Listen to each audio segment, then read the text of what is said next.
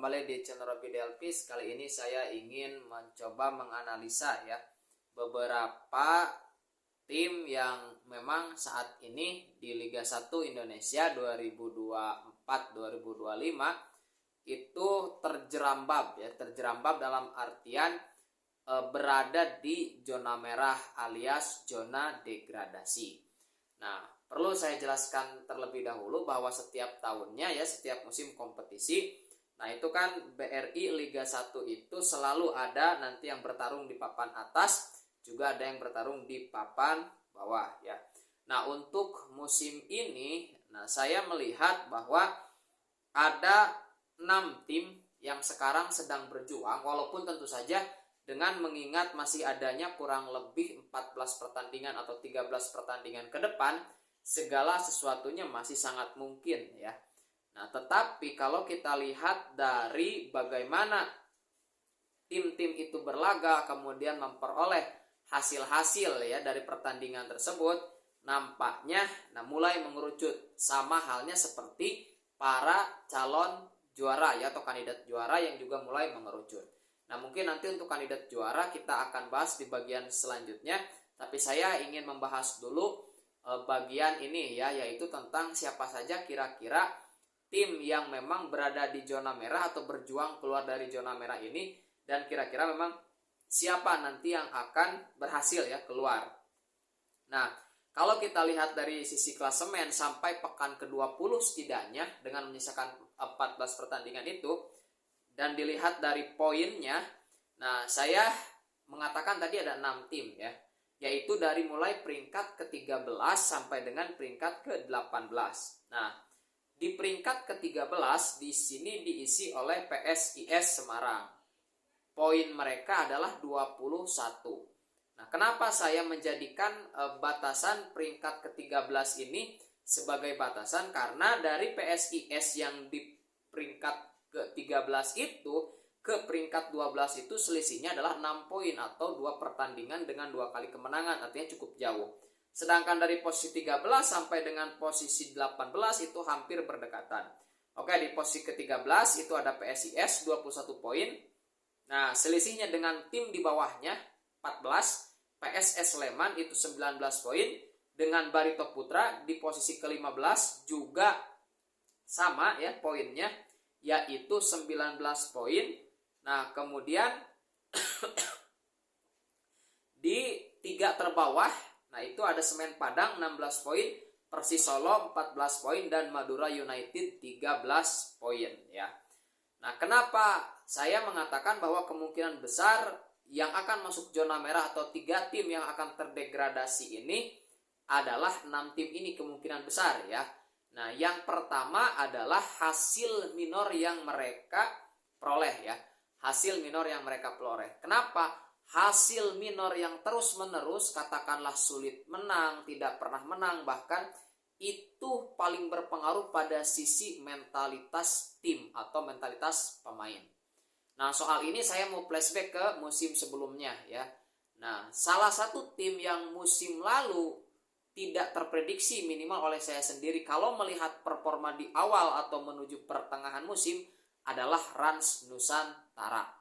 Nah, Rans Nusantara pada sampai setidaknya 6 atau sampai 10 pertandingan itu berada di papan atas. Tetapi terus-menerus mengalami penurunan performa, bahkan tercatat hampir 9 kali bertanding tanpa kemenangan. Akhirnya ketika segala upaya dilakukan, Rans Nusantara tidak bisa ditolong dan terdegradasi. 2 tim lain, ya, Persikabo ya 1972-73, kemudian juga Bayangkara FC.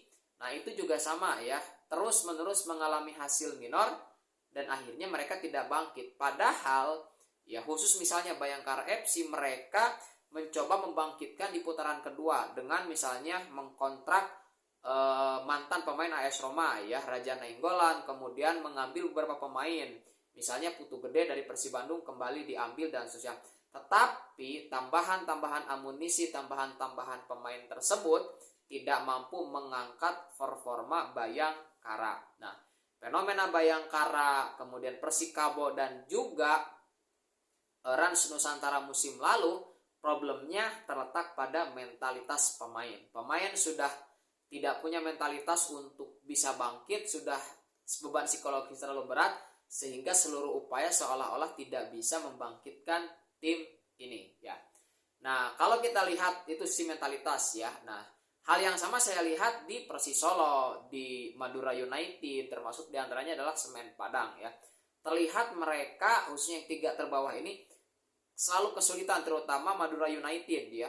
Padahal musim lalu mereka berhasil melaju ke final. Meskipun ya musim ini kan bongkar ya, hampir 75% bahkan 80% itu kan habis ya pemain-pemain lamanya ya. Pemain-pemain intinya pergi keluar gitu kan, dan memang menyisakan pemain-pemain baru. Ini tim yang benar-benar paling besar perombakannya. Nah, di Semen Padang adalah tim yang baru promosi musim lalu ya, sehingga ya wajar ketika agak kesulitan, berbeda dengan misalnya Malut United ataupun PSPS Biak ya, yang secara relatif bisa bertahan minimal menghuni papan tengah ya.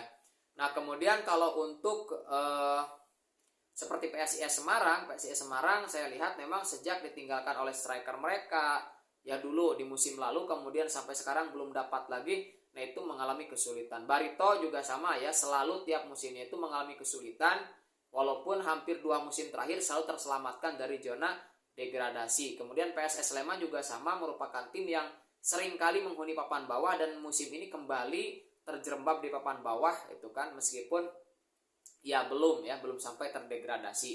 Nah, jadi itu ya segi mentalitas yang pertama.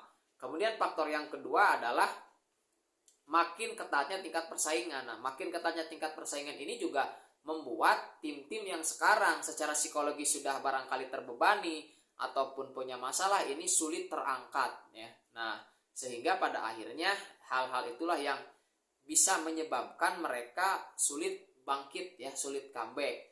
Dan tentu sangat disayangkan ketika pada akhirnya beberapa tim yang sebetulnya punya performa atau punya pemain yang bagus pada akhirnya harus terjerembab di zona degradasi. Nah, kita tidak tahu nih siapa nanti memang di akhir musim yang pada akhirnya terdegradasi. Tetapi 6 tim ini menurut saya benar-benar berada dalam zona merah, warning ya.